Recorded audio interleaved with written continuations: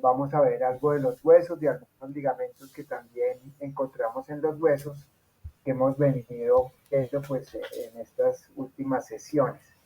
Entonces vamos a empezar haciendo un recorderis del cuello, sobre todo de la parte ósea. Entonces me voy desplazando con el puntero.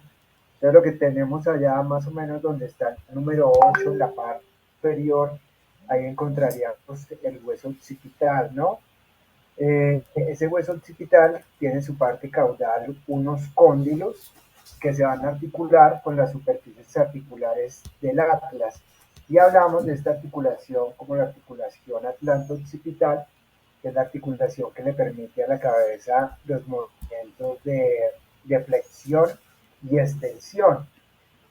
También en el atlas encontramos una serie de agujeros o de forámenes que permiten el paso de estructuras básicamente de arterias, de venas y de nervios. Entonces,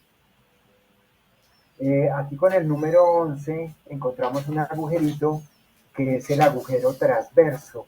Y si nos vamos un poquito más allá hacia la parte dorsal, donde está con el número 10, ahí se encuentran dos agujeritos.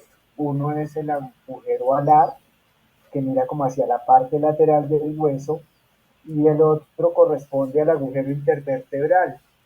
Ese agujero intervertebral pasa el primer par de nervios cervicales.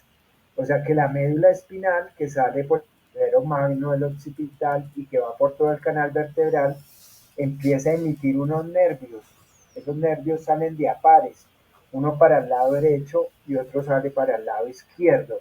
Entonces, por todos los espacios intervertebrales, aunque hay huesos que tienen agujero intervertebral propio, pero por esos agujeros intervertebrales básicamente salen los nervios espinales.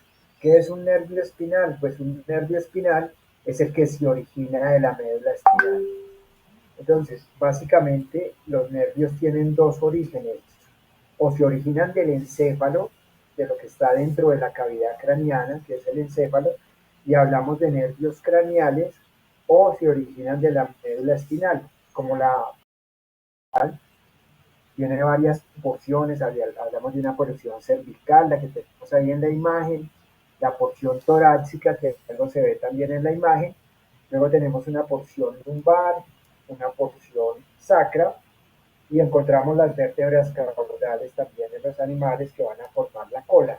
Entonces, generalmente, entre vértebra y vértebra, miren donde me estoy parando en este momento con el puntero, entre vértebra y vértebra se va a formar un agujero. Ese agujero va a estar tanto al lado derecho como al lado izquierdo, y esos agujeros o esos espacios que se forman entre vértebra y vértebra se llaman agujeros intervertebrales. Solo el atlas y el axis, aquí con el número 10 y con el número 13, tienen agujero intervertebral propio. Entonces es por esos agujeros intervertebrales donde van a emerger los primeros nervios craneales. Por el del atlas, pues emergerá el primer par de nervios cervicales, y por el del axis emerge pues el segundo par de nervios cervicales, por 10 y 13, ¿no? Pero si ya me corro un poquito hacia atrás, entonces miren, donde estoy parado con el puntero en este momento, ese es el agujero intervertebral. O sea que por aquí saldría el tercero, el cuarto, el quinto, y así sucesivamente saldrían esos nervios espinales. Hay otro agujero que no se ve acá, pero que tiene la misma entrada de ese, solo que se dirige lateralmente. Es el agujero alar. Por ese agujero alar pasa la arteria occipital. La arteria occipital es una arteria que se va a fusionar con una arteria que viene acá por los agujeros transversos. Yo creo que les hablaron también de los agujeros transversos. Estas son las apófisis transversas, y justo a los lados de las apófisis transversas van unos agujeros que se llaman los agujeros transversos. Esos agujeros transversos son exclusivos de las vértebras cervicales. Hay dos excepciones. El agujero transverso no está presente en el atlas de los rumiantes, o sea que en el bovino no vamos a encontrar agujero transverso. Y lo otro es que la última vértebra cervical tampoco tiene agujero transverso y ahí sí no está presente en ninguno, ¿no? Entonces miren acá con el número 11, ese sería el agujero transverso. Y miren que con el número 14 se continúa una línea negra y la línea negra la estoy siguiendo ahí con el puntero. Miren la profunda, va por ese canal transverso. La vemos aquí ya más abajo y miren aquí la veo con el número 25. Ese nerviecito que va por el canal transverso se llama el nervio vertebral. Ese nervio vertebral, todavía no hemos hablado de eso, pero ese nervio vertebral es una rama del ganglio estrellado. El ganglio estrellado es una reunión de cuerpos de neuronas, o sea, donde tienen su origen los nervios, y de allí sale la inervación simpática del cuello, ¿no? Entonces más adelante, cuando están en neurología, les hablarán pues de la inervación simpática, la inervación parasimpática, pero como encontramos este nervio acá, es bueno mencionar, ¿no? Entonces el nervio vertebral que va en compañía de una arteria vertebral y una vena vertebral por el canal transverso. También hay que tener presente que esto que estamos viendo acá sobre esta superficie lateral izquierda, también lo voy a encontrar sobre la superficie lateral derecha. Y avanzamos un poquito, y entonces lo otro que yo puedo visualizar acá es lo que está marcado con el 12, que es la apófisis espinosa del axis. Y ya en el número 17 lo que me están mostrando ahí es la apófisis articular caudal del axis que se está articulando con la superficie articular craneal de la tercera vértebra cervical. Y de ahí para allá, todos los arcos de las vértebras se van a articular de manera similar. Entonces viene apófisis articular caudal articulándose con la apófisis articular craneal. Lo mismo acá, apófisis articular caudal articulándose con la apófisis articular craneal de la siguiente vértebra. Y esto no solo lo encontramos en el cuello, sino que también lo vamos a encontrar a nivel del tórax. Ahora, la parte de la columna vertebral que tiene mayor movilidad es el cuello. Entonces, esas apófisis articulares son más desarrolladas a nivel de las vértebras cervicales. Mientras que hemos visto que a nivel de las vértebras torácicas, lo que encontramos muy desarrollados son las apófisis espinosas y esas apófisis articulares craneales y caudales que van a articular las vértebras pues van a ser muy pequeñas. Denme un segundito, por favor, ya estoy con ustedes. 30 segundos, por favor.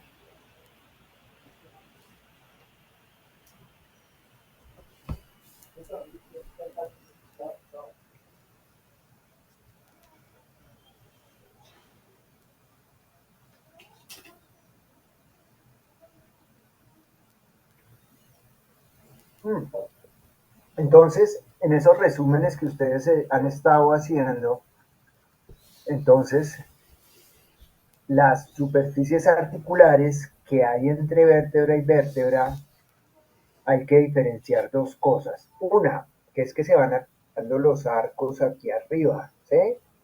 ¿Cuáles serían las superficies articulares a nivel de los arcos? Pues apófisis articulares craneales con apófisis articulares caudales.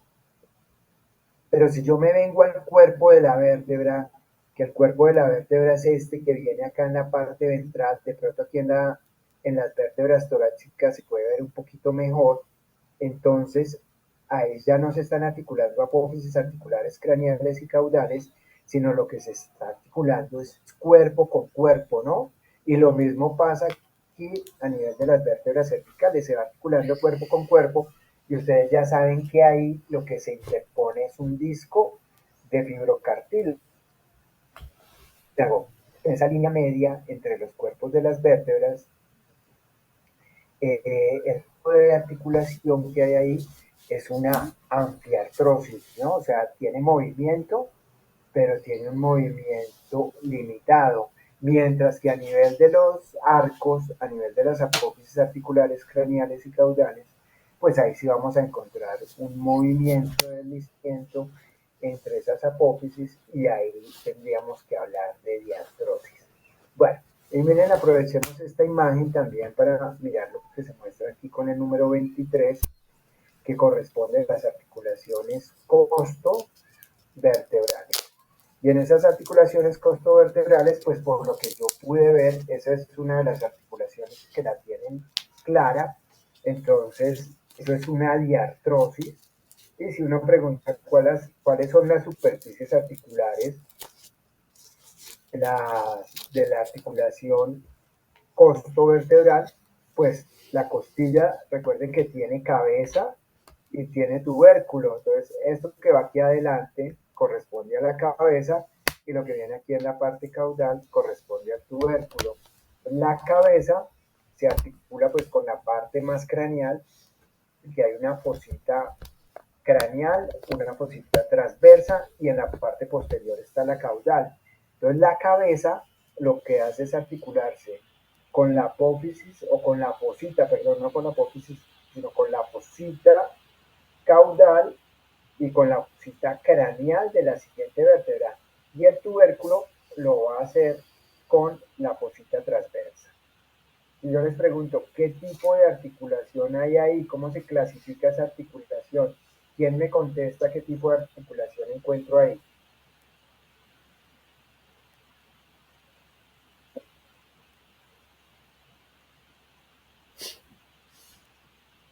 Bueno, ¿sí me están escuchando o tampoco?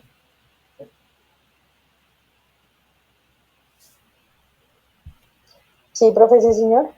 Ah, bueno, listo.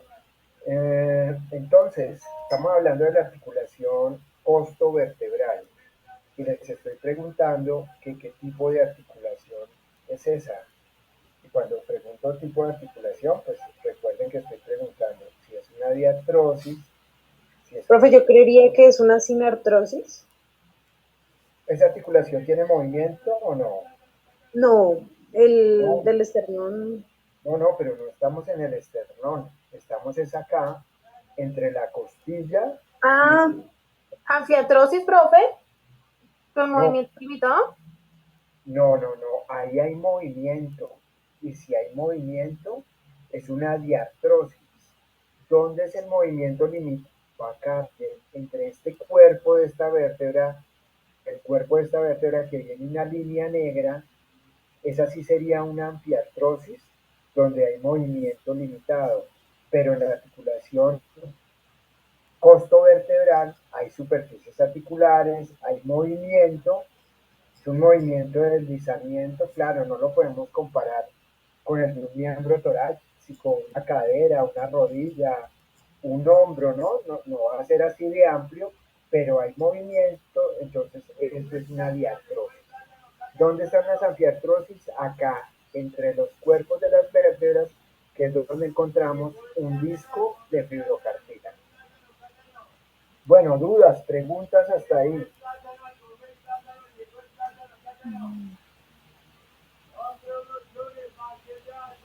Bueno, entonces vamos a continuar con Profe, la... pero esa es una diartrosis, perdón, eso es una diartrosis simple, ¿cierto? Mm, sí, esa es una diartrosis simple porque haya varias superficies articulares, solo hay dos huesos. Pues siempre que haya dos huesos, aquí por ejemplo hay cinco superficies articulares, ¿no? Tres fositas, la cabeza de la costilla y el tubérculo de la costilla. Entonces hay cinco superficies articulares, pero cuando yo hago la clasificación entre simple y compuesta, no es de acuerdo al número de superficies articulares, sino al número de huesos. Y huesos solo está la costilla y la vértebra. Entonces es una diartrosis simple. Bueno, y miren en esta imagen se ve mucho mejor pues varias cosas. Por un lado, miren acá con el número 29, una flechita de una línea negra que se continúa acá, ¿no? Y entonces miren, esta es la apófisis transversa con el número 9, apófisis transversa, con el número 10, miren, 10 acá, 10 acá, 10 acá, todas esas son las apófisis transversas. Pero miren que las apófisis transversas están perforadas aquí en la base, tienen un agujerito. Ese agujero se llama transverso. Ahora, ese agujero transverso, claro, tiene una entrada craneal y tiene una entrada craneal y caudal, ¿no? Están intercomunicadas. Entonces, donde está esa estructura marcada con el número 29, eso es lo que les digo que es el nervio vertebral que va por ese canal transverso junto a una arteria y a una vena que también reciben el nombre de vertebral.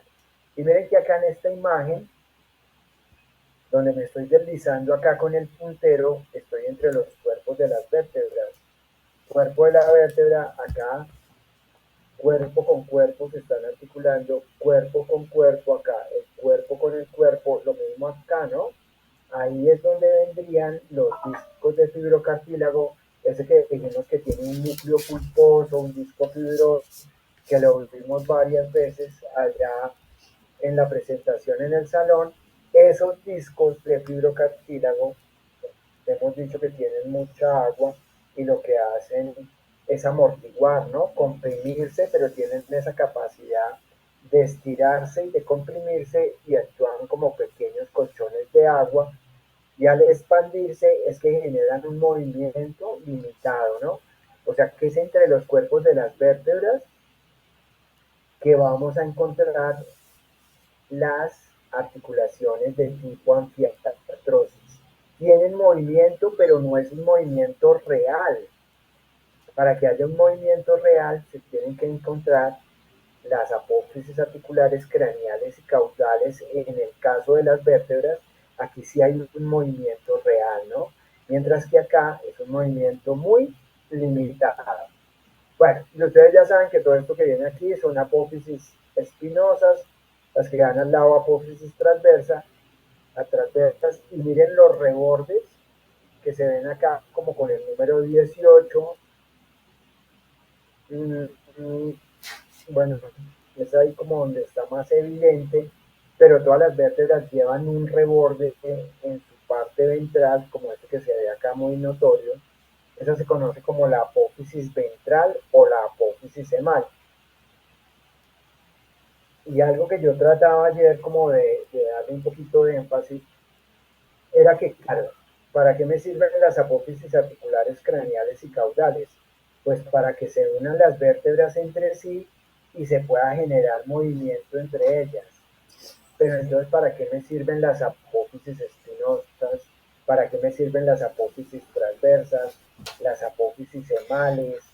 Todas esas apófisis, que también hay unas mamilares que se encuentran a nivel de las vértebras torácicas y lumbares. Esas apófisis que son no articulares, lo que sirven es para que los músculos se fijen en estas salientes. Entonces el músculo, claro, encuentra una eminencia, encuentra una protuberancia y ahí es donde le va a quedar más fácil unirse al hueso. ¿Eh? Bueno, y esto lo hablamos en algún momento y vimos alguna imagen, pero ayer algunos de los que trabajaron cuello también. Ay, bueno, creo que con el grupo de ustedes no hicimos práctica, esa práctica nos queda para el día lunes, pero bueno, uno empieza a separar los músculos del cuello y lo que se encuentra es este ligamento, que es el ligamento suspensorio de la nuca. Ese ligamento suspensorio de la nuca, miren, comienza precisamente acá, ¿no? En la nuca y va sobre las apófisis espinosas de las vértebras cervicales, luego sobre las vértebras torácicas, lumbares y sacras, y les dije que este ligamento se llamaba ligamento supraespinoso.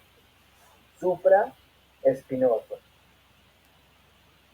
Y que en el cuello era muy desarrollado, entonces en el cuello forma una lámina, lo que está aquí con el número 10.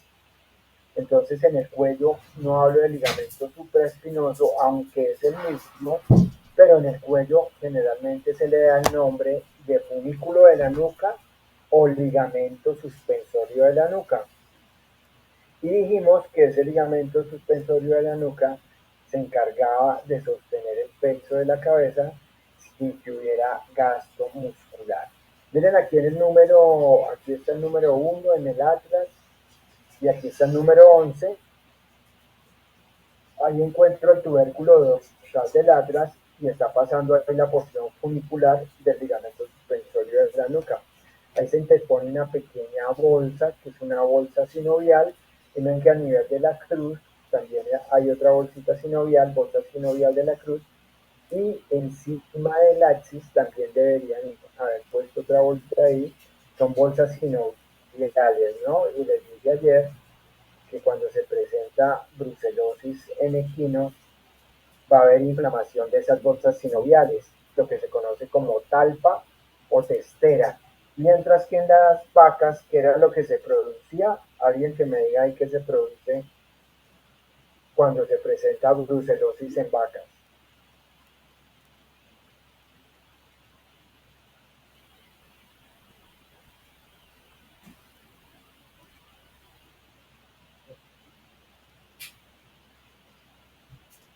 No, ninguno. ¿Qué produce la brucelosis en vacas? Abortos, ¿no? Abortos.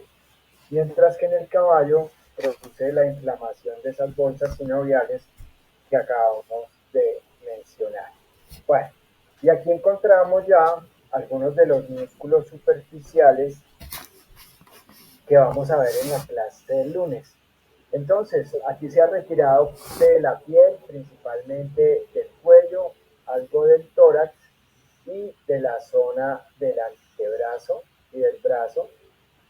Entonces, miren, este musculito que viene aquí con el número 22, ese es el músculo macetero, músculo macetero. Si se van un poquito más adelante, donde me estoy deslizando con el puntero, ahí vienen músculos. Uno es el músculo elevador nasolabial, y aquí viene otro músculo delgadito que se llama canino o dilatador lateral de la nariz. Eso es para ver algunos de los músculos que están ahí en la cabeza. Si subimos acá, miren esto que parece como un racinito de uvas pasas, que se ve acá en color negro. Esa es la glándula salival parótida. Glándula salival parótida. En la cabeza hay tres glándulas salivales principales. Hay una glándula que es la glándula salival parótida, que es la más grande. Hay otra glándula que está debajo de la lengua, entre la mandíbula, debajo de la lengua se llama sublingual, y hay otra que viene acá en todo el ángulo de la mandíbula, que es la glándula salival mandibular.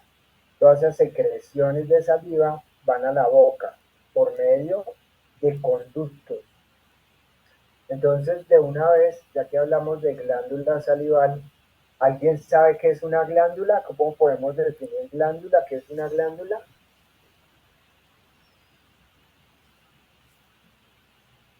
Están muy participativos. Produce secreción. Sí, una glándula pues es un tejido, conjunto de células similares que se asocian para producir una secreción, en este caso saliva. Pero en el cuerpo encontramos diversas glándulas, y las glándulas varían y se clasifican en glándulas endocrinas y glándulas exocrinas. Entonces, ¿cuál es la diferencia de una glándula endocrina y una glándula exocrina? ¿Alguien la conoce?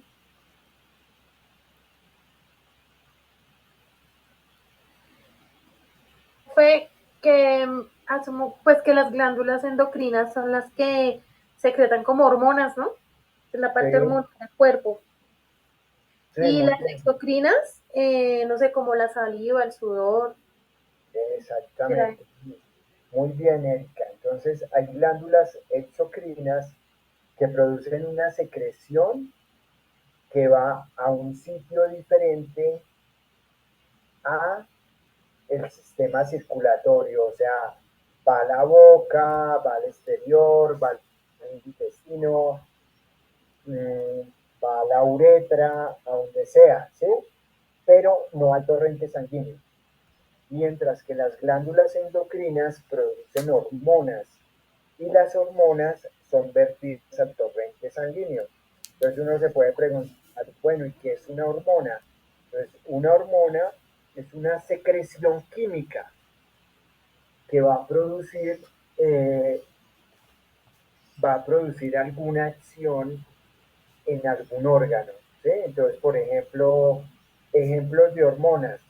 Por ejemplo, en el cerebro se producen unas hormonas que son la LH y la FSH, o sea, la hormona luteinizante y la hormona folículo estimulante.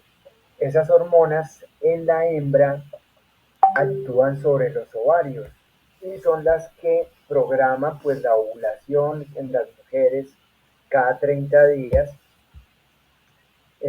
y cómo viajan desde el encéfalo hasta el ovario, pues por el torrente sanguíneo. Entonces, cuando esa secreción que produce una glándula va al torrente sanguíneo, hablamos de una glándula endocrina, ¿no? Entonces, en este caso, como la saliva es vertida por medio de conductos, entonces hay un conducto parotidio, hay un conducto mandibular, hay una desembocadura de las glándulas sublinguales debajo de la lengua, entonces esas son glándulas exocrinas. Bueno, miren aquí con el número 10 se ve un músculo, este músculo aquí en la parte media del cuello, ese músculo se llama esternotiroideo, esternotiroideo. Ese músculo esternotiroideo tiene dos porciones. Entonces miren que empieza por externo porque va desde el esternón y se divide en dos porque una ramita del músculo se va hacia un cartílago de la laringe. La laringe es el conducto que regula la cantidad de aire que pasa hacia los pulmones. Y resulta que está formada la laringe de cuatro cartílagos. Uno de los cartílagos se llama cartílago tiroides. Entonces, por esto, el músculo se llama esternotiroideo.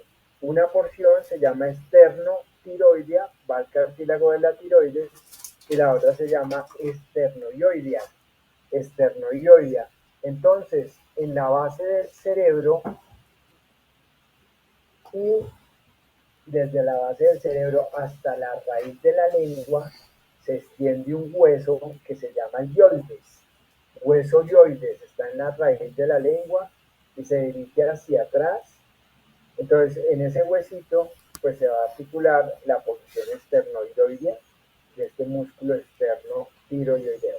Estos músculos, el externo tiroideo con sus dos porciones, son músculos que participan tanto en la deglución de la comida como también en el paso de agua hacia la faringe.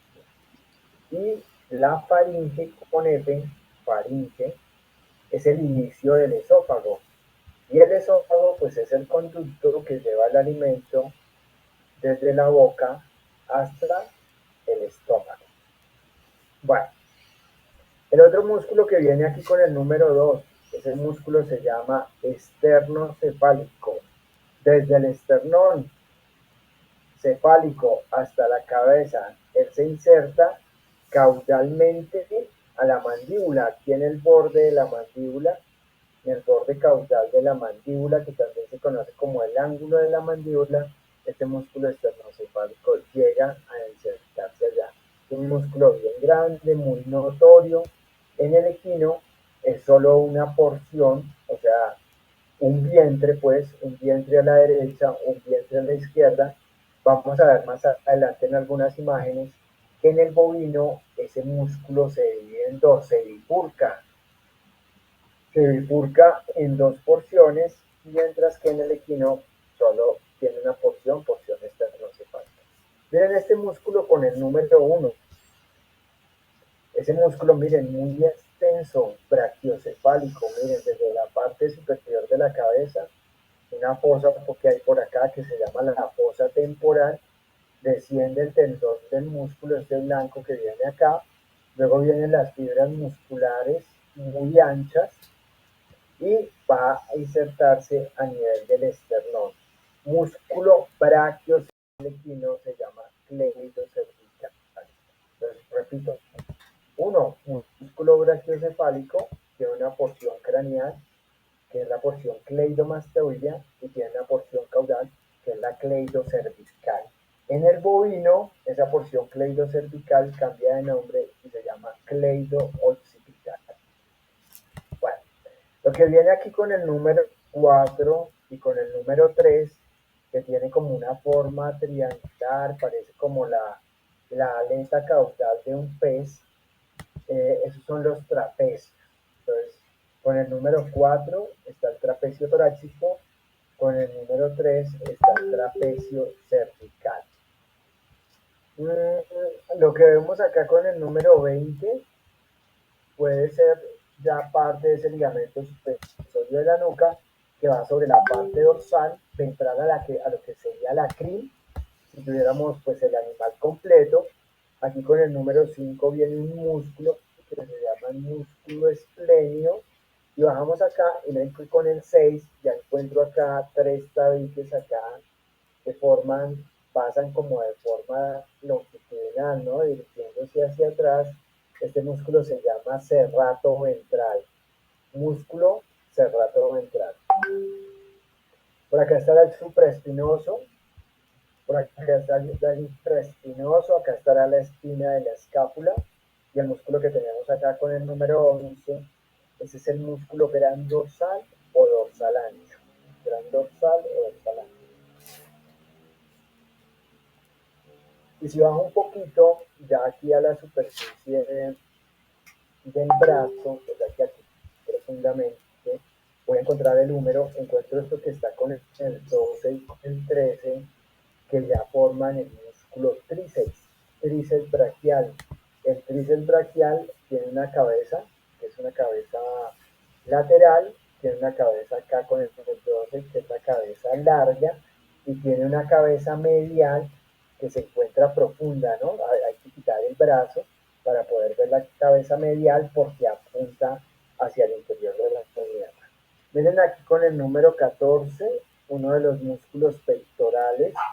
El pectoral más externo es el pectoral subclavio, que es propio del caballo.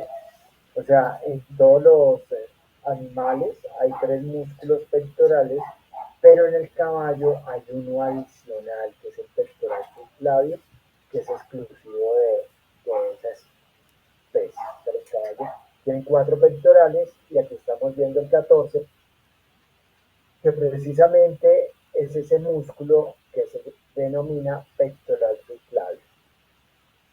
Bajamos aquí a la zona del antebrazo, aquí ya encontraría profundamente el radio y el cúbito, y se ven tres músculos, bueno, 4 músculos, los voy a mencionar. El 17 se llama extensor carporradial, el 18 se llama extensor digital medial, y el que viene acá con el número 19 se llama extensor digital lateral. Entonces, 17, extensor carporradial, 18, extensor digital medial, y 19, extensor digital común. Estos músculos extensores digitales van a llegar hasta las falanges, ¿sí? Y si yo contrajera las fibras acá sobre la superficie dorsal, entonces me hacen el movimiento de extensión del dedo. Por eso reciben ese nombre de extensores digitales. Y miren uno acá muy delgadito que sale acá, va acá y tuerce acá. Ese se llama el extensor oblicuo del carpo. Extensor oblicuo del carpo. Alguien me preguntó esta semana ya, pero no sé si fue en este grupo o en el otro, me dijo que si el caballo tenía retináculos. Los retináculos también se conocen como ligamentos del carpo, ligamentos anulares del carpo, o también hay por ahí ya como en alguna literatura un poquito más coloquial se habla de retenes. Entonces, retenes, retináculos o ligamentos anulares. Antes se les denominaba así, ligamento anular del carpo, ligamento anular ventral del carpo. Eso ha ido cambiando y ahora se conoce simplemente como un retináculo dorsal y como un retináculo ventral. ¿Qué es esto? Estos son engrosamientos de fascia profunda que básicamente, como eso es tejido fibroso, pues me van a formar una especie de ligamento que encierra los tendones de los extensores digitales. Y al encerrarlos de esta forma, pues van a quedar actuando como poleas, facilitando el movimiento para la flexión y la extensión de los miembros. Bueno, y lo que se me está pasando acá, que vale la pena de una vez mencionarlo, aunque vamos a encontrar varias imágenes que van a hacer referencia a lo mismo, es lo que está marcado aquí con el número 21. Este número 21 es la vena yugular externa. Vena yugular externa. La vena yugular externa es una vena que se forma a nivel de la mandíbula. En este punto estoy parado con el mouse. Hay una vena aquí de la cabeza que se llama la maxilar externa y viene una aquí de la parte craneal, como de la mandíbula, que se llama el tronco linguofacial. Entonces se une el tronco linguofacial, se une la maxilar externa y me forman esta vena que es la vena yugular. La vena yugular forma un surco externamente, se nota una depresión y en esa depresioncita pues va a circular esa vena yugular externa y es el sitio donde se puede funcionar eh, esa vena. O sea, uno habla que en el tercio medio, más o menos a nivel del tercio medio del cuello, es el sitio indicado para funcionar la vena. Uno funciona la vena o para tomar una muestra de sangre o también porque necesito poner alguna droga de tipo intravenoso, ¿no? Sea por ejemplo un calcio, sean unas vitaminas, sea un suero o simplemente que necesite tomar una muestra de sangre. El sitio más indicado para tomar muestras de sangre en el caballo es esta vena yugular, la vena yugular externa. Aparte de los vasos sanguíneos, o sea, o hablando más bien un poquito de los vasos sanguíneos, hay arterias y hay venas. Las arterias generalmente en un amplio porcentaje siempre se encuentran profundas, mientras que las venas van a ser superficiales. Las venas, de otra parte, tienen una pared delgada, mientras que las arterias tienen una pared más gruesa. Por eso es que se toma la presión arterial en las arterias y no en las venas, porque la sangre para moverse a través de las arterias pues tiene que hacer presión, tiene que hacer fuerza, una fuerza que se genera a nivel de los ventrículos del corazón con cada contracción, ¿sí? Claro, entonces se impulsa la sangre, pero la sangre va entrando en contacto con las paredes y va ejerciendo una presión. Eso es lo que se conoce como la presión arterial, ¿sí? Entonces, cuando las arterias se empiezan Profe, Señora, profe, ¿eso solamente en los caballos o también se puede pulsar perro y gato y no, bovino? perro, gato y nosotros, ¿no?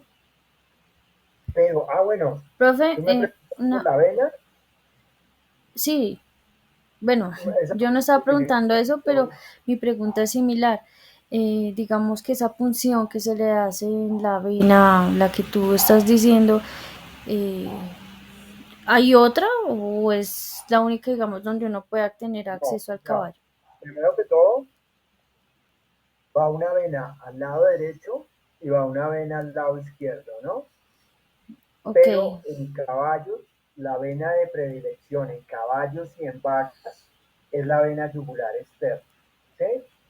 En perros, por ejemplo, se utiliza, en perro y en gato, se utiliza mucho la cefálica. La cefálica es donde yo tomo muestras de sangre. La cefálica más o menos viene acá, a nivel del antebrazo, sobre el radio, sobre el cúbito, viene una vena que se llama cefálica. Esa es lo que yo utilizo en perros y en gatos. Hay otra que viene aquí en el miembro pelviano, que es la safena. Y por ejemplo, si yo no puedo coger la cefálica, no puedo coger la safena en un gato, pues puedo coger la yugular, ¿sí? pero entonces cada especie tiene como su primera vena de opción, y en vacas y en caballos es la vena yugular. En perros y en gatos es la vena cefáltica. Pero que si la puede utilizar en otra especie, sí, claro, sí. O sea, uno podría, claro, a veces hay que sacar muestra de sangre de la vena yugular porque el gato tiene las venas muy chiquitas, porque de pronto tiene alguna herida, tiene alguna dermatitis a nivel de piel que no permite que le cojamos la vena a nivel de la cefálica. Entonces la segunda vena opcional sería esa vena yugular.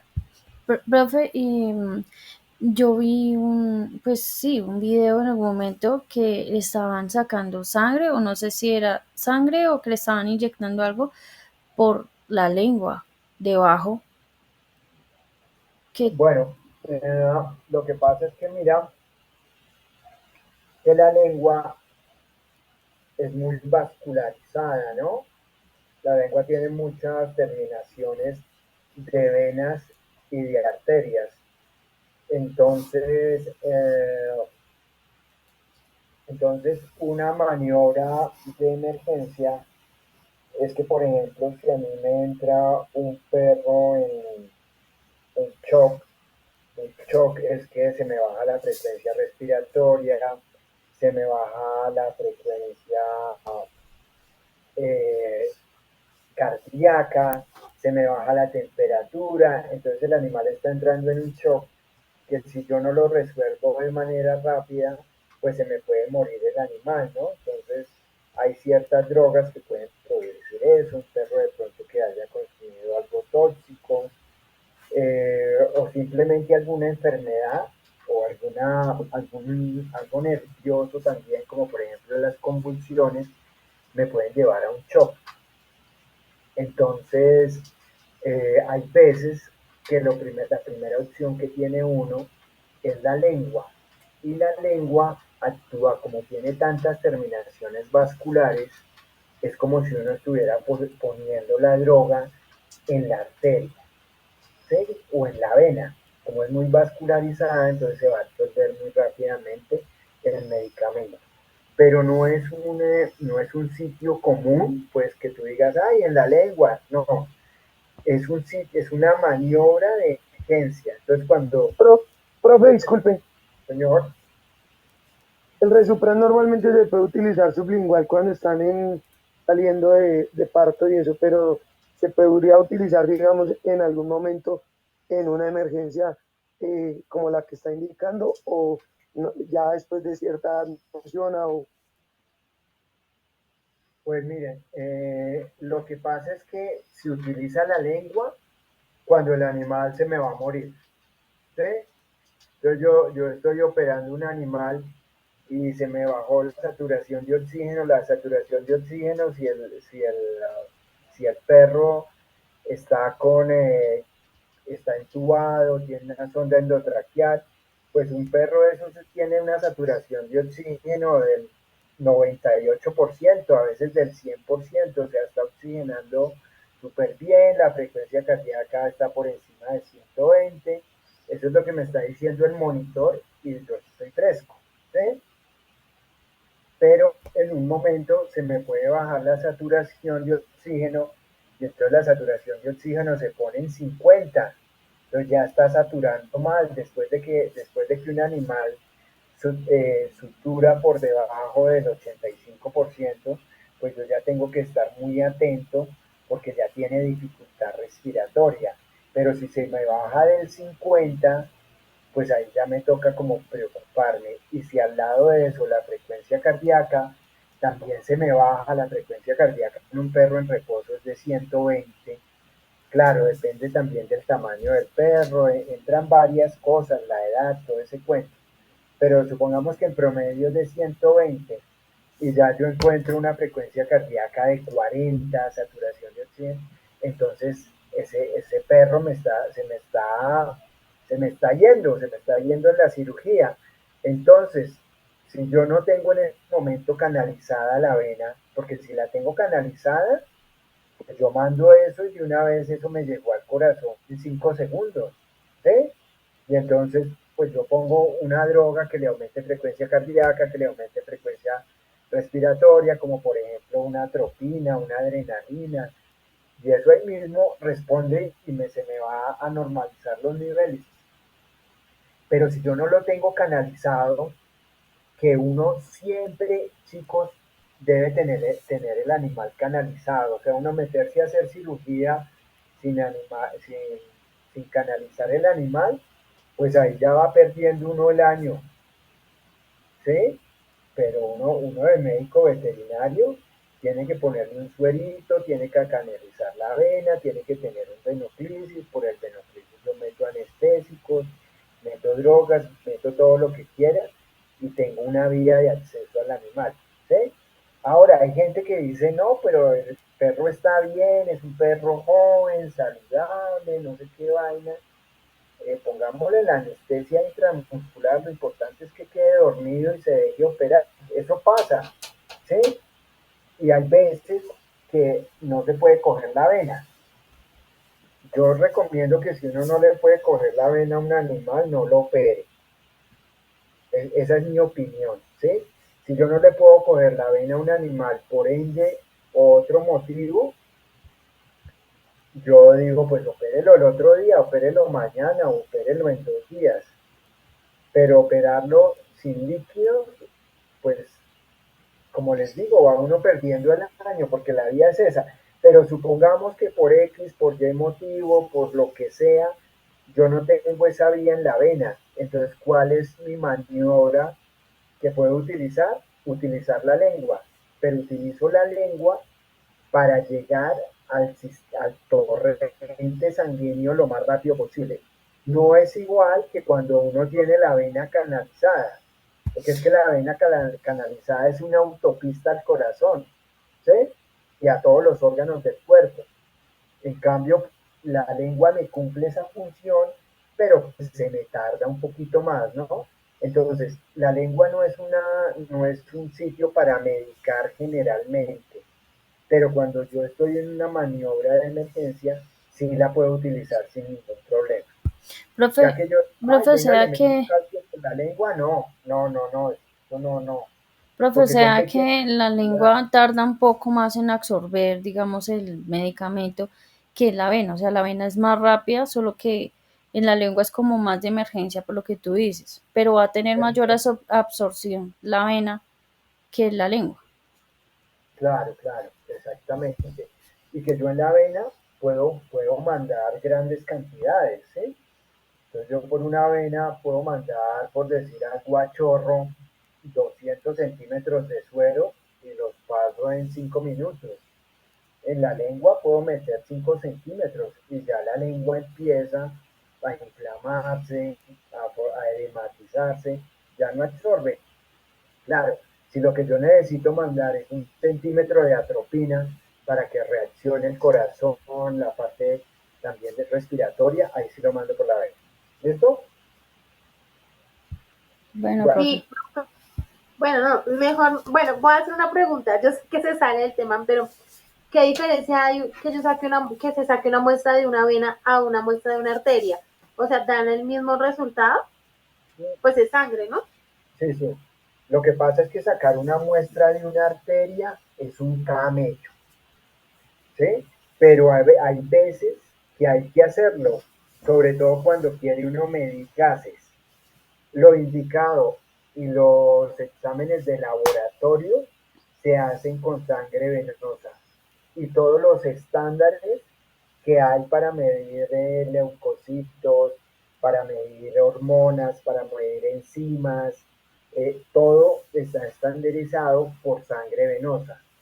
Pero hay algunas, como te digo, por ejemplo, cuando uno mide gases arteriales, que ya en una condición crítica de un paciente o que lo va a meter en una cirugía, pero tiene algún problema renal, y uno dice, finalmente lo que saca el anestésico del cuerpo, lo que lo metaboliza y lo saca es el riñón.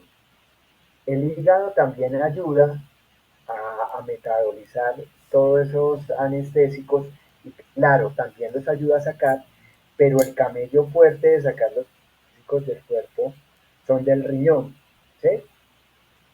Entonces, por ejemplo, generalmente cuando uno hace prequirúrgicos, que son los exámenes que se hacen antes de hacer cirugía, para asegurar que el animal está funcionando bien el riñón y le está funcionando bien el hígado, hay dos exámenes. Uno se llama la creatinina, que me mide función renal, y el otro se llama la ALT, que es la alaninoaminotransferasa. Entonces siempre se manda como pruebas básicas esas dos cuando yo voy a hacer una cirugía. Si me salen bien, yo me meto a la cirugía sin problema. Es más, si a mí me sale alta la aminotransferasa, o sea, me refiero que lo normal es que vaya como hasta 180 y me salen 90, 200, yo la meto a cirugía. Pero si ya está en 2000, ahí ya no la meto. Y la creatinina sí me tiene que salir dentro de los límites normales o muy cercana a los límites normales. Entonces, todo eso para qué te lo estoy diciendo, porque todas esas muestras se obtienen es de sangre venosa, ¿sí? Sangre venosa. Como te digo, sacar sangre de las arterias es un camello porque las arterias precisamente están debajo de las venas, están profundas. Entonces, eso azulito que te ves tú en el brazo, ahí en la muñeca, de pronto en el pliegue del codo, que se pintan azulitas, esas son las venas. Pero las arterias no se exponen así como las venas. Tiene que ser alguien como especializado en sacarte la sangre de la arteria para medir gases arteriales, porque como te digo, están más profundos. Entonces, claro, al meter uno la aguja, pues lo primero que hace es perforar la vena, que es superficial. Entonces allá se me va a formar un moradito, y ya viene pues la vaina, ¿no? Entonces, siempre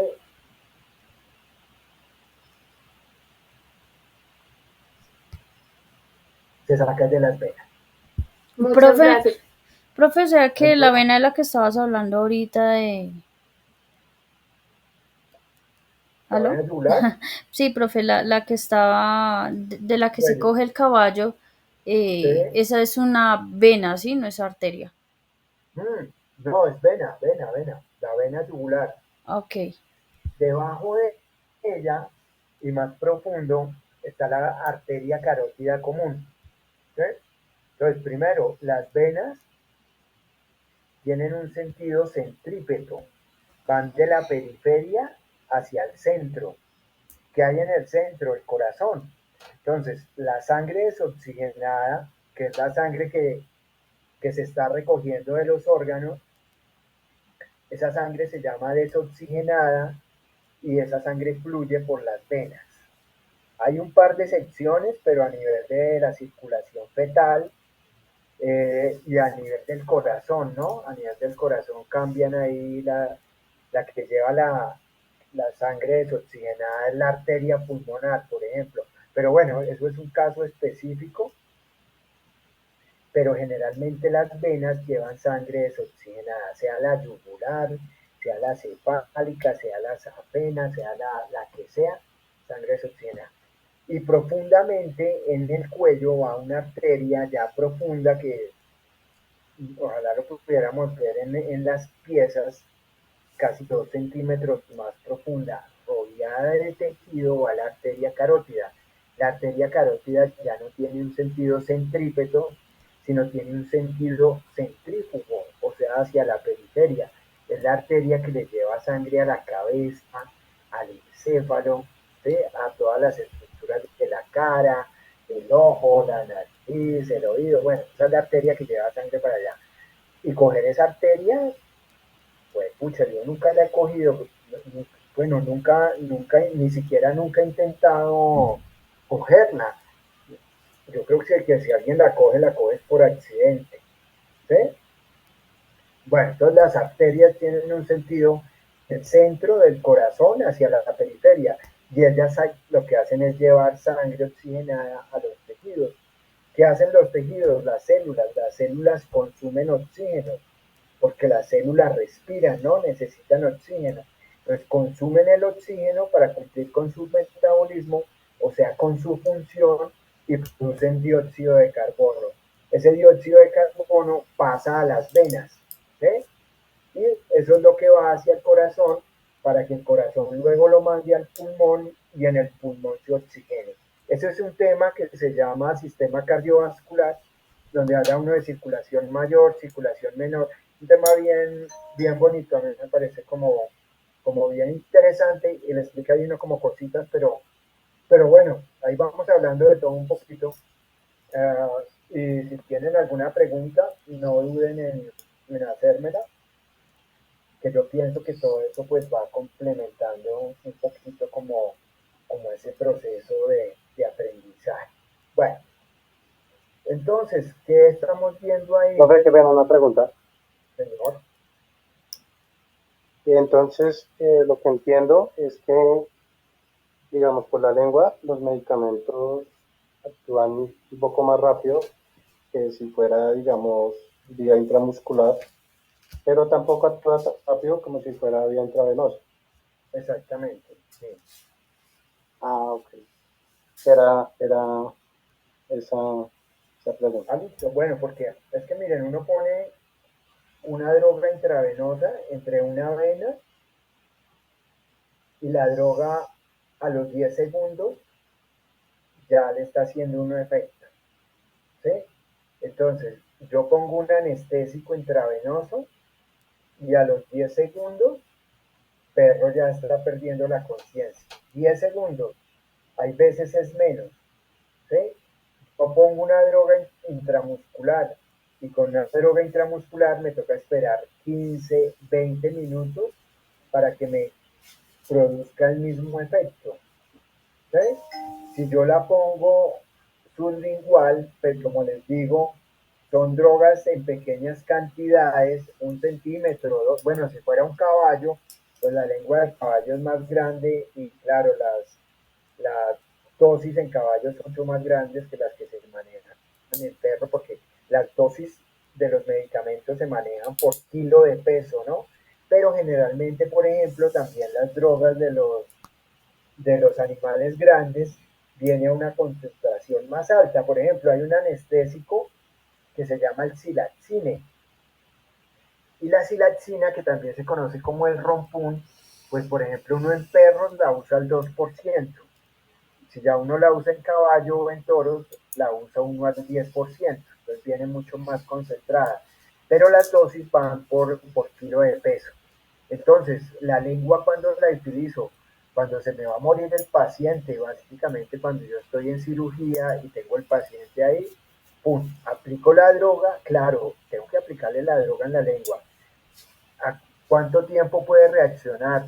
No sé, 2 minutos, 2 minutos, 3 minutos ya puedo ver algún efecto. Ahora, ¿qué es lo que yo hago? ¿O qué es lo que debería uno hacer? Poner la droga en la lengua y irse a buscar la vena ahí mismo y tratar de canalizar y meter más droga por vía intravenosa. Claro, teniendo en cuenta de que no lo vaya a producir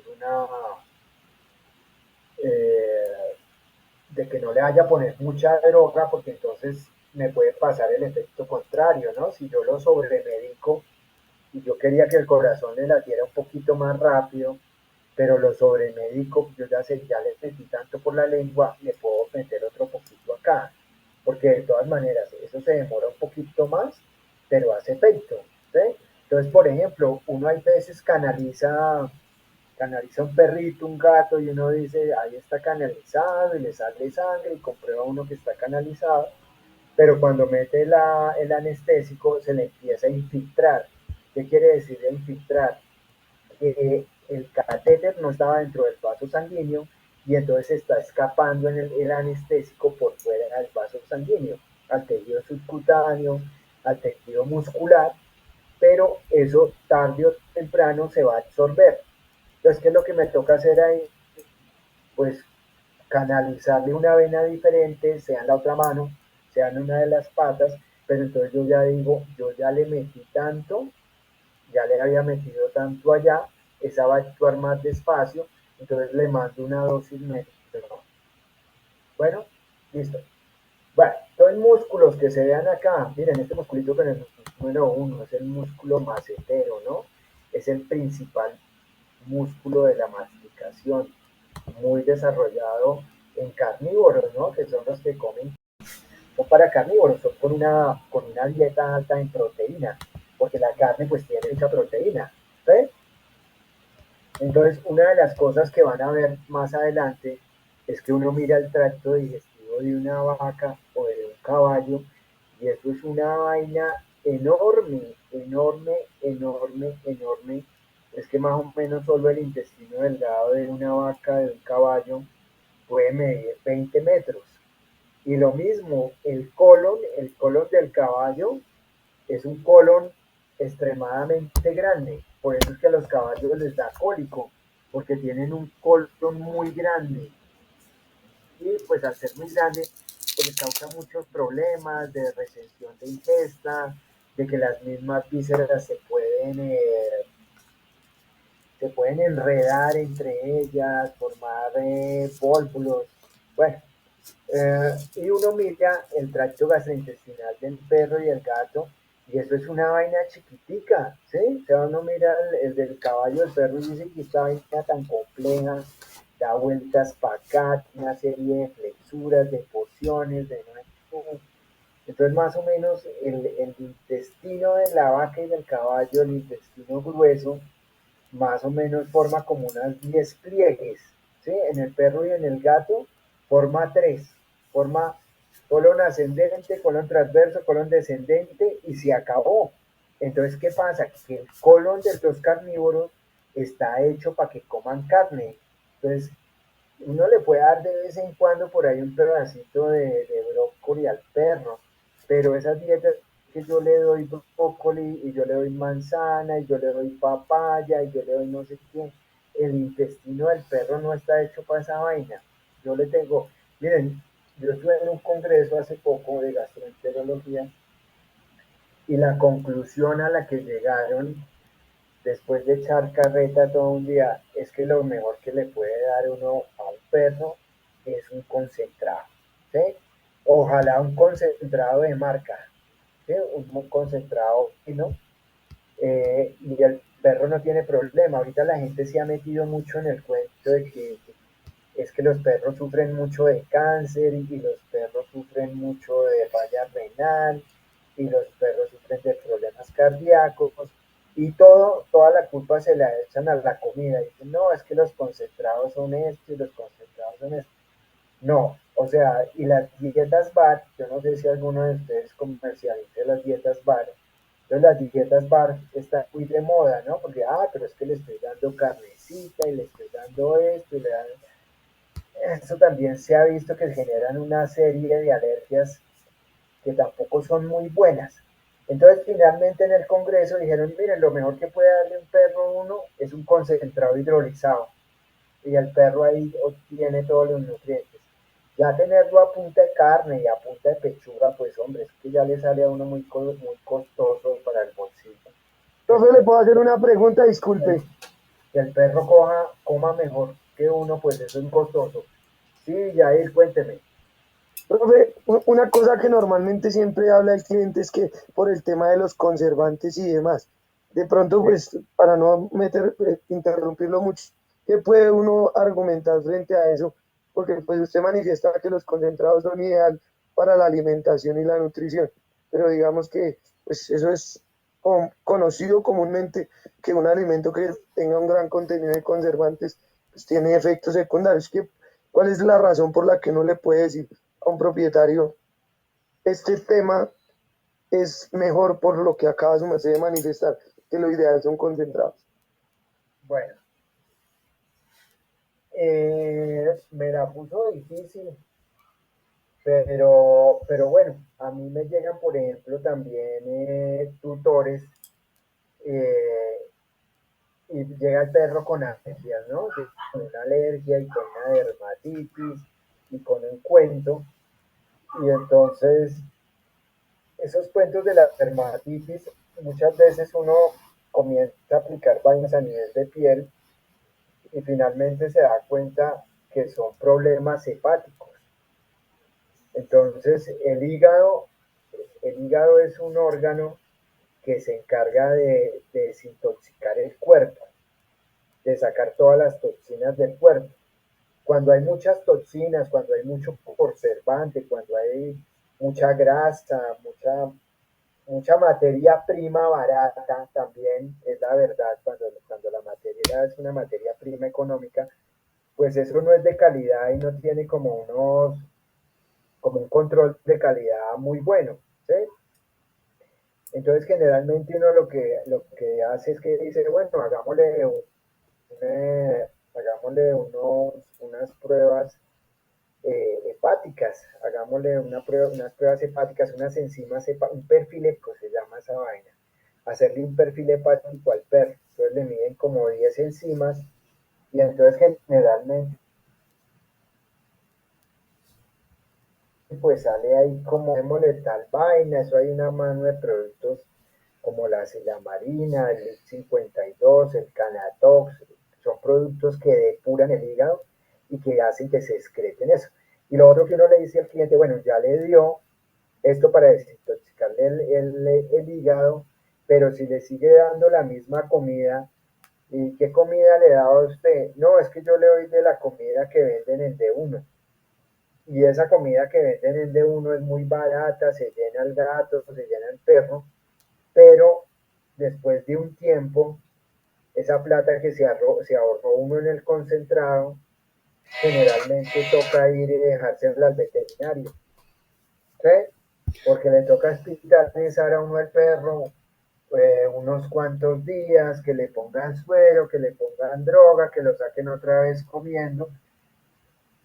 Y cuando a uno va a mirar la cuenta, pues eso es un cuento, no en el berraco. Entonces uno dice, pues pucha, yo como que ahora sí voy a empezar a dar un mejor concentrado, que le ayude a limpiar los perros al gato, a la vaina. Bueno, eso es como una parte, ¿sí? Entonces, concentrados baratos, reco recomendar un concentrado barato, eso no es como tan, o sea, va a tener unos problemas hepáticos, el animal se va a llenar de grasa, problemas gastrointestinales, entonces el perro vive con vómito, vive con inflamación del estómago, unas gastritis crónicas, con diarrea, un día come, al otro día no come, no sé qué, ta. Bueno, Profe, o sea que entonces, el verdadero problema ni siquiera son los concentrados, porque lo que tú dices, o sea, hay como una disputa entre la comida BARF, que sí, que le dan comida, sí, que vegetales y esas cosas, y que eso le hace bien a la nutrición del perro o gato. O sea que ni siquiera es que es el concentrado ni los conservantes, sino que es un concentrado de mala calidad. sí. Entonces, ¿yo qué pienso, Jair? Que lo que hay que decirle al cliente es que ese es un concentrado de buena calidad y es un concentrado que no tiene la cantidad de conservantes que tiene un concentrado económico. ¿Sí? Porque el concentrado económico que se hace con materias primas pues mucho más económicas, pues no tiene la misma calidad. Que tiene conservantes, ¿sí? Finalmente sí los tiene. ¿Qué sería realmente lo mejor para el perro? Lo mejor para el perro es que comiera carne, que comiera huesos, que comiera pollos, que comiera lo que él era antes, ¿no? Un perro. Pero pues ya el perro no es el perro salvaje que anda cazando y que anda esto, sino es el perro que tiene uno en la casa. ¿Mm? Y finalmente, bueno, es que a mí, por ejemplo, el, el, a- mi negocio, el mío, no es vender concentrado. A mí me parece que vender concentrado es un mal negocio, a no ser que uno lo fabrique, porque uno se llena de concentrado, uno pide unas bolsitas de concentrado y va a pagar la cuenta 1.000.000 de pesos. Y a veces se pasan 6 meses y uno no ha vendido el concentrado. Si a uno le rota el concentrado, bacano, porque un concentrado le puede dejar a uno por ahí el 20%. ¿Sí? Pero a mí en una consulta yo me gano lo de 4 bolsas de concentrado. en una vacuna me gano eso, en una cirugía me gano. Entonces a mí el negocio, el concentrado no, para mí, para el negocio que yo tengo, para la clínica que yo tengo, yo trabajo con una marca de concentrado que se llama Brickhead y a mí me dejan el concentrado en consignación. Y lo que yo vendo, les pago. Si se vendió una bolsa, si se venció una bolsa o se va a vencer una bolsa, la recogen antes de que se venza generalmente, o si no la ponen en una promoción, descuento del 80% para moverla. Pero yo cuando empecé con el negocio, yo dije, no, yo voy a mover concentrado. Y cuando me di cuenta que se me estaban venciendo las bolsas de concentrado, que pagar las facturas de concentrado eran muy costosas, yo dije, no, yo no vuelvo a vender concentrado. Entonces, yo lo que vendo es servicios. Entonces, yo vendo cirugía, yo vendo hospitalización, yo vendo vacunas, yo vendo consultas. Y a esos chicos, pues a mí yo a esa vaina le gano el 300, el 400, el 500%, ¿sí? Una cirugía, yo en una OVH, yo me tiro que 30.000 pesos y yo una OVH cobro 300.000 pesos. Entonces, bueno, todo también depende, ¿no? Entonces, tiene, uy, este man a 300.000 pesos, pues también es el sitio donde uno se ubique, ¿sí? Y que es un proceso y que hay que hacer las vainas. Uno se las ingenia para montar su negocio, pero a mí me parece que el veterinario tiene que vender servicios. Claro, entonces dice, no, pero es que yo con el concentrado amarro el cliente y entonces yo vendo el juguetico y yo vendo, sí, y pero ahora con esa competencia, uno competiéndole a Laika y a Animals y a esa vaina que le venden a uno más, el distribuidor le vende a uno el concentrado más caro que lo que se lo vende Laika al cliente, pues yo creo que ese es un negocio que nos salió de las manos, ¿no? Que nos dormimos porque realmente ahora quienes manejan los dueños de la ICA que son administradores de empresas, o sea, nos quitaron el negocio y de la comida, la venta de comida debía ser venta de comida de las clínicas veterinarias. Bueno, Profe, saliendo un poco de contexto, cuando un perro o un gato ha comido durante tanto tiempo el mismo concentrado de mala calidad y si uno decide, un ejemplo, cambiársela por un concentrado de buena calidad, eh, puede que cambie en el organismo algo o el daño ya está hecho, o qué mira, se puede hacer ahí. te voy a contar una experiencia que me pasó a mí, ¿sí? Yo tenía una gata y yo a la gata le daba concentrado de D1, ¿sí? Y le di como hasta los 3 o 4 años concentrado del D1, ¿sí? Como a los 3 años más o menos, la gata se me pegó una enfermada y me tocó salir corriendo. Y yo en ese tiempo, yo estaba dedicado el 100% a la docencia, no tenía la clínica. Entonces me la llevé para donde un amigo y el amigo le hizo una ecografía y entonces en el ecógrafo me mostraba la cantidad de grasa que tenía acumulada el animal en el tejido subcutáneo y entonces llegó y me dijo, ¿y usted qué le da de comer a la gata? Y entonces yo le dije, pues yo le dije fresco, yo le compro ese concentrado desde uno. Y me dijo, pues eso es lo que la tiene jodida, ¿sí? Y entonces, bueno, me tocó tenerla hospitalizada, no sé qué, salió la gata, ya me conseguí un concentrado, no pues el más mejor, por decirlo así, pero me conseguí ya un concentradito bueno. Aunque hay un concentrado que me gusta mucho, a mí me gustan más los gatos que los perros, ¿sí? O sea, a mí me gusta tener es gato, yo tengo el gato. ¿Y por qué tengo gatos? Porque el gato no lo esclaviza a uno, ¿no? El perro, eso de sacar uno el perro a las 5 de la mañana, el 25 de diciembre, párese a sacar el perro, el 1 de enero, no hay festivo. Mis hijos, mientras uno llega con el perro que es cachorro, pues los chinos, ay, qué belleza. Y ya después de un mes, entonces resulta que el que saca el perro para todo lado es uno, y si no el perro allá. Bueno, a mí me gusta tener gatos.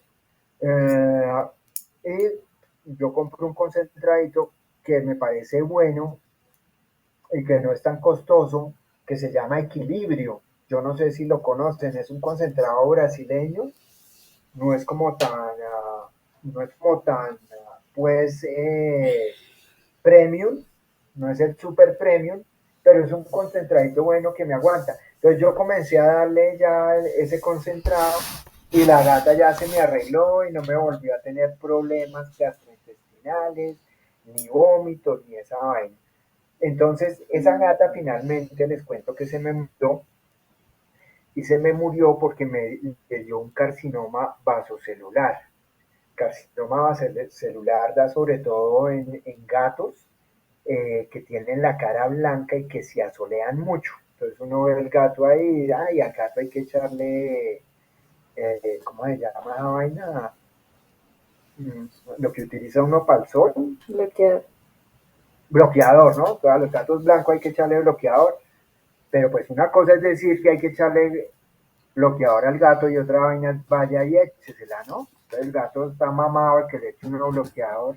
Entonces se vuelve una pelea y entonces uno resulta no echándole un bloqueador y después se les empieza como a escarapelar la nariz y toda la zona que va de la nariz hacia el ojo también se va como irritando la vaina, ¿sí?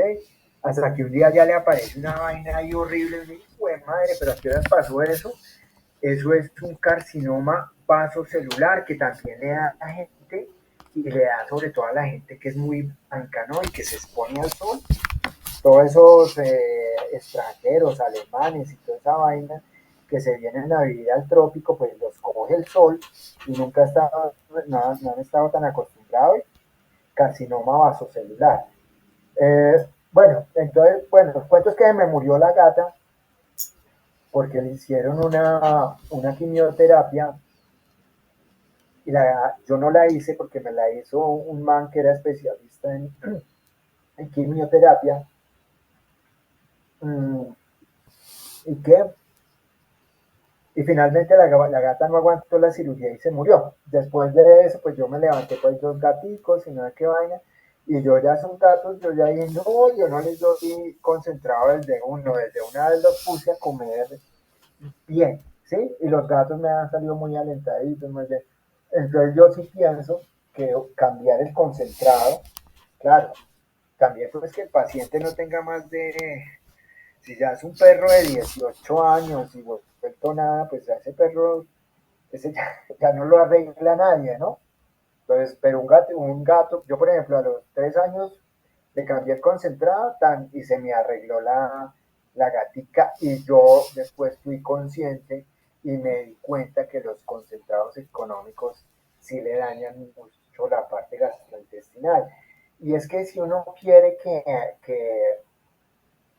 para que a uno le funcione todo, y eso no es solo para los animales, sino para uno mismo como persona, mientras a uno le funcione bien la parte gastrointestinal, casi que los otros sistemas funcionan bien. Pero cuando la parte gastrointestinal no está bien, se empieza a resentir todo se empieza a resentir, el sistema nervioso, la parte inmunológica, toda esa vaina. ¿Sí? Bueno, ¿alguna otra pregunta? Bueno, No, profe, no. entonces, Qué pena. Cuénteme. Es que es solo como una opinión. Es que de ahí es donde, digo, yo pienso, donde toca como enseñarle a la gente o a los clientes, porque pues mucha gente pues se basa en la parte comercial de los concentrados. ¿Sí? No se da cuenta que los concentrados más económicos son los que tienen mayor comercial, que porque salen en televisión, porque le dan mucha publicidad, entonces la gente o los dueños de las mascotas pues se guían por eso, entonces no, es un concentrado súper bueno, la gente uno entra a explicarles el tema de la calidad, pues así mismo como la calidad, pues si uno sabe que es un concentrado económico, así mismo va a ser la calidad de los ingredientes, de la materia prima. Entonces, pues ya uno anda explicando. Si quiere, pues le da varias opciones, pero pues creo que están desde los premium, semi-premium, super premium, como decía. Pero pues ya uno le da opciones al cliente, pero pues ya de un poco de mejor calidad, porque pues hoy en día hay miles de marcas que uno no sabe cuál recomendarle al cliente. Pero pues hay muchas buenas. Se puede decir, como donde yo trabajo, la veterinaria, pues recomiendan una de las opciones que no son tan costosas y pues relativamente buenas, de la misma familia de equilibrio, más, digamos, un poquito más económica que equilibrio, que pues como hay personas que no dicen, uy, no, un equilibrio, un ProPlan, digamos, Agility Gold, que ya se sale el presupuesto, pero pues le da uno la opción. Y pues el punto es ese, irles como enseñando, que pues si la gente siempre se va a hacer que los contratos que tienen mayor propaganda o salen en televisión pues son los mejores. Entonces pues digo yo que ahí es donde entramos nosotros ahorita en el futuro a explicarle a los clientes. Sí, y yo creo que yo estoy totalmente de acuerdo con usted, Carlos, de que a uno tiene que enseñarle a la gente eso, ¿sí? Porque claro, uno le pregunta qué le da Ringo, y entonces la gente cree que porque sale en la televisión o ese do gourmet y no sé qué vaina, pues los concentrados son, claro, le meten un billete en publicidad, pero realmente son concentrados como muy regularcitos, ¿no? Entonces, sobre todo cuando le llega a uno el paciente gastrointestinal, y yo no sé si ustedes saben, pero más o menos el 80% de la consulta, más o menos casi que un 80% de la consulta veterinaria es problemas gastrointestinales, ¿sí? Entonces, ahí tiene uno la papaya para decirle a la gente, mira, lo que pasa es que hay que buscarle un mejor concentrado, tú qué le estás dando, para tener Yo un me buen pregunto, señora. para los problemas gastrointestinales se podrían usar los concentrados hidrolizados. Sí, sí, sí, sí. ¿Cuál recomendarías? ¿Cuál?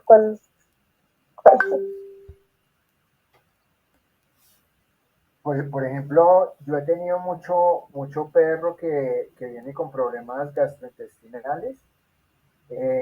Y bueno, ya cada marca de concentrado pues tiene concentrado para problemas gastrointestinales. Pero a mí me ha ido muy bien con el Proplan HA.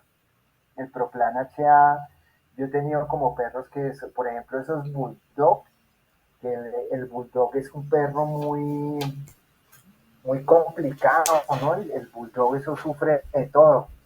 Pues son alérgicos, el hecho de que sean brachiocefálicos pues los predispone que a rinitis, que no sé qué vaina, son cascorvos, entonces las articulaciones les molestan mucho.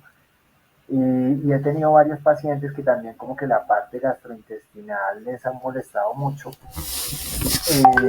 Y finalmente, pues estuve en ese congreso y me dijeron, no, que lo mejor eran los concentrados hidrolizados.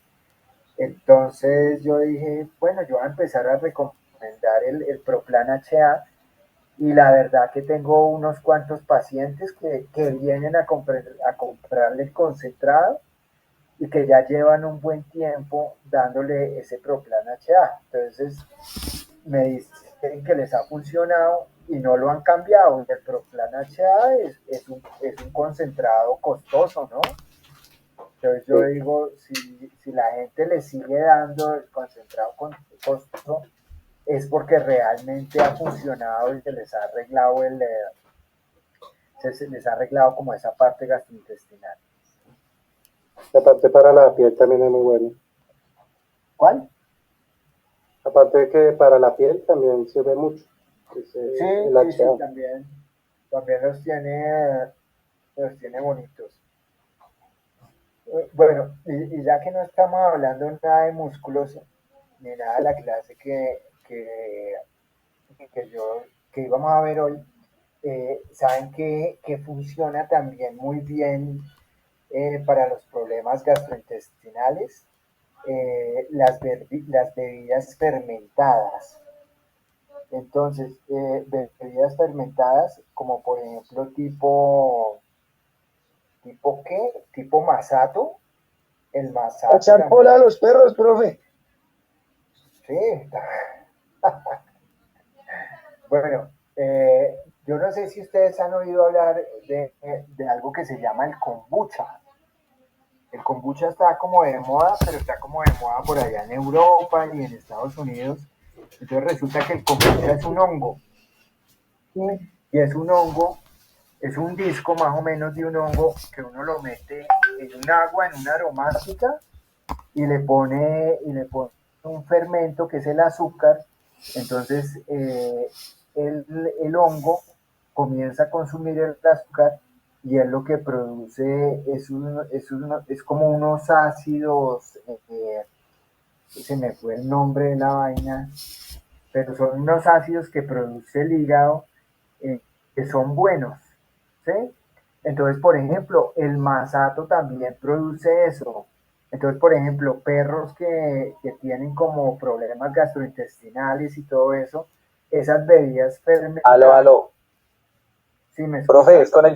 es con el fin de dar probióticos, eso que su merced se refiere. Sí, sí, sí, sí, pero básicamente lo que pasa es que un sobre de Fortiflora, que es el que vende Purina, pues un sobre vale como 6.000 pesos, ¿no? Ya en el comercio los probióticos. Pero uno puede hacer probióticos naturales y el probiótico más natural es el masato, Profe, ¿sí? pero el probiótico con más, como con más bacterias positivas de proliferación en el sistema digestivo es el kefir.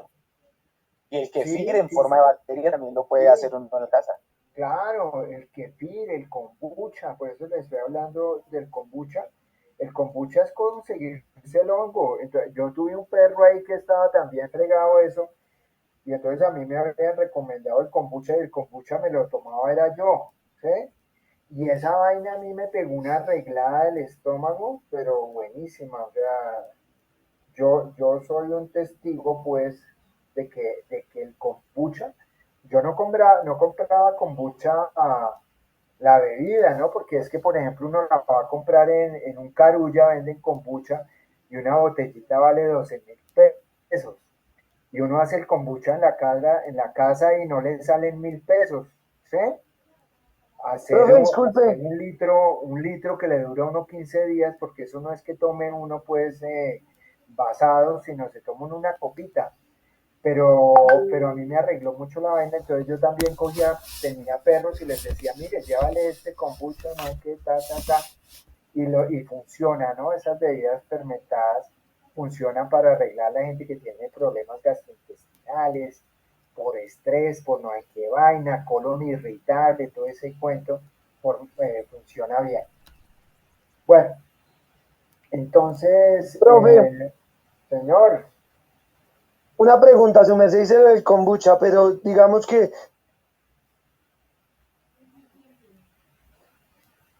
también dice lo del masía propia. Un perro jodido gastrointestinalmente, y uno ahí le manda un masato y no lo termina de fregar o volver peor, o ya lo ha manejado y uno puede llegar a decir, bueno, bueno, mire, medianamente, inténtelo para que no... Profe, mire, es que lo que se busca es adicionar o sea, la cantidad de celpas que van a reconstruir la flora digestiva, como nivelar ese balance, esa ecuación que hay ahí en el todo el sistema digestivo. O sea, por eso claro, sí se recomienda mucho más el kefir, que es la bacteria pura y no todo este como porque si usted le da maíz, pues esa cantidad de, o sea, de maíz que de hecho pues el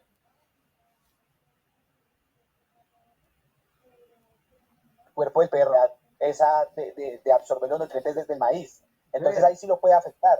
Pero Bueno, es que bueno. si lo consume directamente. Los primeros nervios espinales pues inervarán la parte del cuello más craneal, lo que se encuentre más hacia la cabeza. Pero si los músculos ya se encuentran más caudalmente, casi aquí en límite con el tórax, pues ya serán las ramas más caudales de esos nervios cervicales los que se encarguen de esa inervación.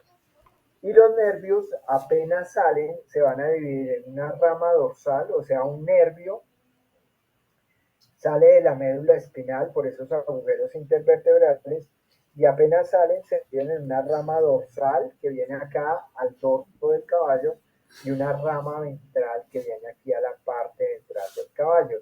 Estos nervios espinales, o sea, los que se originan de la médula espinal, se llaman nervios mixtos. ¿Por qué se llaman nervios mixtos? Porque esos nervios mixtos tienen terminaciones sensitivas, o sea, receptores que hay a nivel de la superficie corporal, en este caso del caballo, y tienen también unas prolongaciones que corresponden a nervios motores. Esos nervios motores son los que van a llegar a los músculos llevando esos impulsos nerviosos para que se muevan y veamos los movimientos pues a los que estamos acostumbrados. Entonces miren, el músculo que está aquí con el 6 es el músculo macetero, este que tengo aquí con el 5 es el parótido auricular, lo que está con el número 23 es la glándula salival parótida. Este que tenemos aquí con el número 16 es exclusivo del caballo, se llama homoioideo. Lo que tenemos aquí con el número 24 nuevamente es la vena yugular. Con el número 15 tenemos el músculo esternocefálico y este que está con el 14 y el 13, este musculito de acá, es el músculo brachiocefálico, ¿no? Forma la tabla del cuello. Esto se conoce como la tabla del cuello y en los caballos, así como yo utilizo la vena yugular para tomar las muestras de sangre, para poner drogas intravenosas y este cuento, esta parte que se conoce como la tabla del cuello es el sitio indicado para poner inyecciones intramusculares a nivel de caballos. Generalmente siempre se ponen las vacunas aquí en la tabla del cuello y de preferencia sobre este músculo que es el músculo brachiocefálico. ¿Sí? Si ya uno va a poner la vacuna o la inyección intramuscular en un perro, eso se pone generalmente en la pierna y en las vacas se pone en la región del anca. ¿Por qué no es recomendable poner en el caballo una inyección a nivel del anca? Pues porque se levanta y patea y puede ocurrir un accidente, entonces por eso es mejor hacerlo a nivel de la tabla del cuello.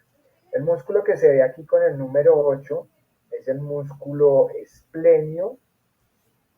Este que aparece aquí con el número 7 es el músculo romboides. Este ya lo habíamos visto con el 9 y el 10. Es el músculo brachios, es el trapecio. Con el 9, trapecio cervical. Con el 10 está el trapecio torácico. El que vemos aquí con el número 11 es el músculo serrato ventral y el serrato ventral tiene una porción torácica y esta que viene acá es una porción, perdón, el 11 es la porción cervical y el 12 es la porción torácica. Por aquí estaría el supraespinoso con el 18, el infraespinoso, la espina de la escápula, por aquí estaría el deltoides con el 20, por aquí algo ya del tríceps braquial, y este que está con el número 21 es el gran dorsal o dorsal ancho, y si me subo un poquito ya, los músculos que encuentro acá son los músculos intercostales. Entonces, como les decía, cada músculo en el cuerpo tiene un nombre, pero además cada músculo en el cuerpo cumple una función. Hay músculos que se denominan músculos sinérgicos y hay músculos que se denominan músculos antagónicos. Entonces, para uno conocer la función de un músculo, pues se puede de varias maneras. Por ejemplo, si uno va a un libro de anatomía serio, como por ejemplo la Sisson, la Conin, la Dice, que son unos libros que no solo están aquí en Colombia, sino que originalmente eran libros que venían en inglés, pero que los encuentra uno por todo lado, ¿no? En España, en Argentina, en México, bueno, que son libros muy serios. Entonces ellos describen el cuello y en el cuello, al final del capítulo, hay un listado de músculos donde salen todos los músculos, salen 30 músculos y de cada músculo se menciona el origen, la inserción, la acción. O sea, la acción es la función, si es flexor, si es extensor. ¿Y flexor de dónde, no? Rodilla o de la articulación temporomandibular o qué sé yo. Se describe también la inervación, o sea, el nervio que llega a ese músculo, y lo otro que se describe es la irrigación, la arteria que va para ese músculo.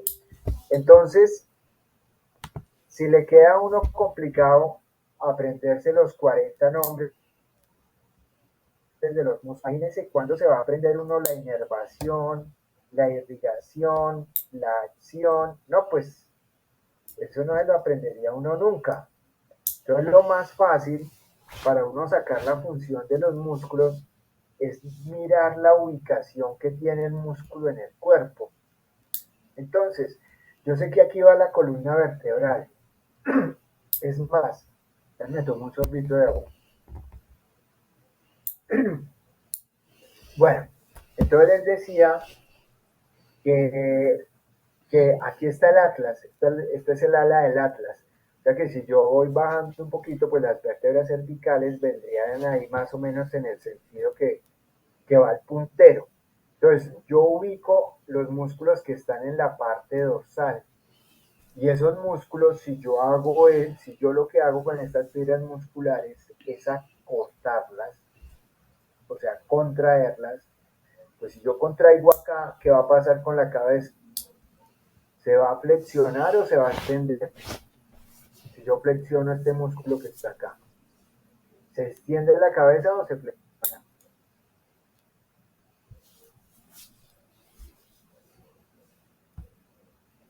Si el músculo va en la parte dorsal y yo acorto, pues se va a extender la cabeza, ¿no? Entonces, eleven la cabeza. ¿Qué está pasando con los músculos allá de la nuca? Se están recogiendo, se están contrayendo.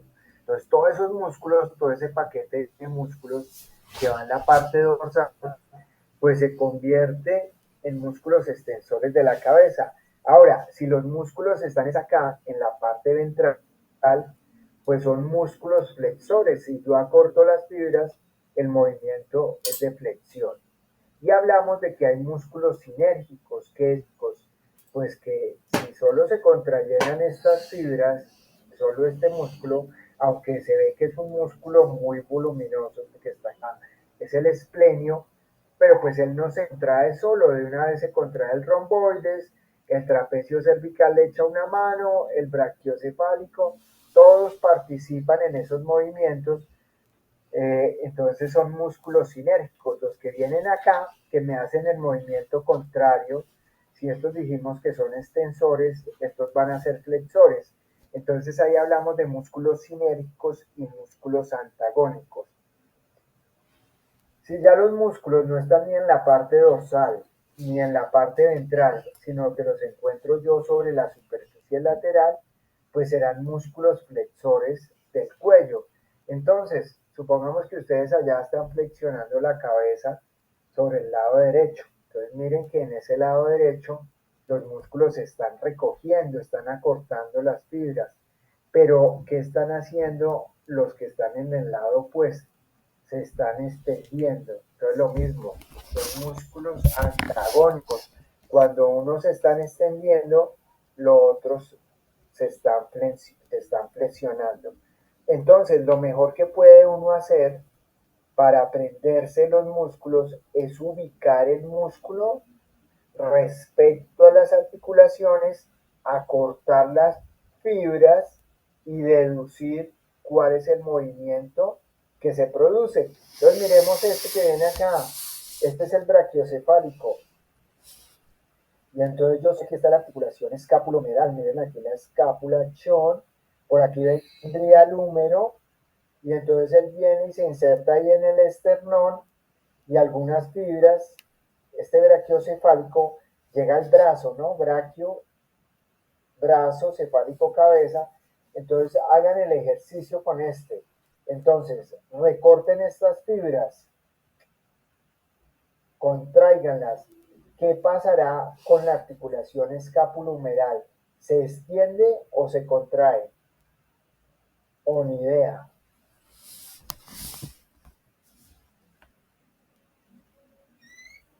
Bueno, cuando los músculos van adelante de una articulación, cuando se sitúan delante de la articulación, generalmente son músculos extensores. Cuando los músculos, por ejemplo, este tríceps que viene acá detrás de la articulación escapulohumeral, pues este músculo va a ser flexor. Ahora, si los músculos se encuentran en la parte medial, estoy hablando en la parte medial del antebrazo, que aquí no la estamos viendo, pues son músculos que dirigen el miembro hacia el plano medio, son músculos aductores. Pero si los músculos se encuentran sobre la superficie lateral, serán músculos ya no aductores, sino abductores con B, ¿no?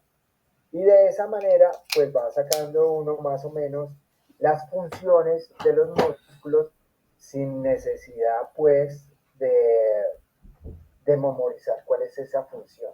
Lo otro que yo les decía ayer es que generalmente uno entra a una parte más profunda, a un plano más profundo, y uno no corta el músculo, uno no se viene acá por la mitad cortando las fibras musculares, sino que tiene el sentido de las fibras. Yo ubico el sentido de las fibras y entonces es más fácil separar acá, hacia abajo y separar hacia arriba y profundizar al músculo, direcciones de cada músculo y de esa manera hacer un abordaje para llegar a planos más profundos, que es lo que finalmente se hace cuando uno hace disección o cuando uno también está en cirugía, utiliza esos planos de clivaje que son las separaciones que hay entre los músculos o las direcciones de las fibras para acceder a planos más profundos. Bueno, chicos, les cuento que yo tengo clase a las 8 con otro grupo. Entonces, nada, nos vemos el lunes. El lunes tenemos laboratorio. Entonces, por favor, llevar bata, llevar guantes, llevar pinzas de garra, llevar un mango de bisturí, una cuchilla que les sirva ese mango de bisturí. Si quieren llevar tapabocas, bata, los que tengan peto, también llévense un peto plástico para que no se les vaya de pronto a untar el uniforme, porque ahí hay unos fluidos de los animales que manchan y caen sobre las prendas y después para sacar eso es un camello. Entonces lleven sus elementos de protección. Bueno, voy a llamar lista muy rápidamente. Bayona. Bayona es de este curso. Presente, presente. Uy, sí está Bayona. Beltrán. Presente, bro. Cagueñas.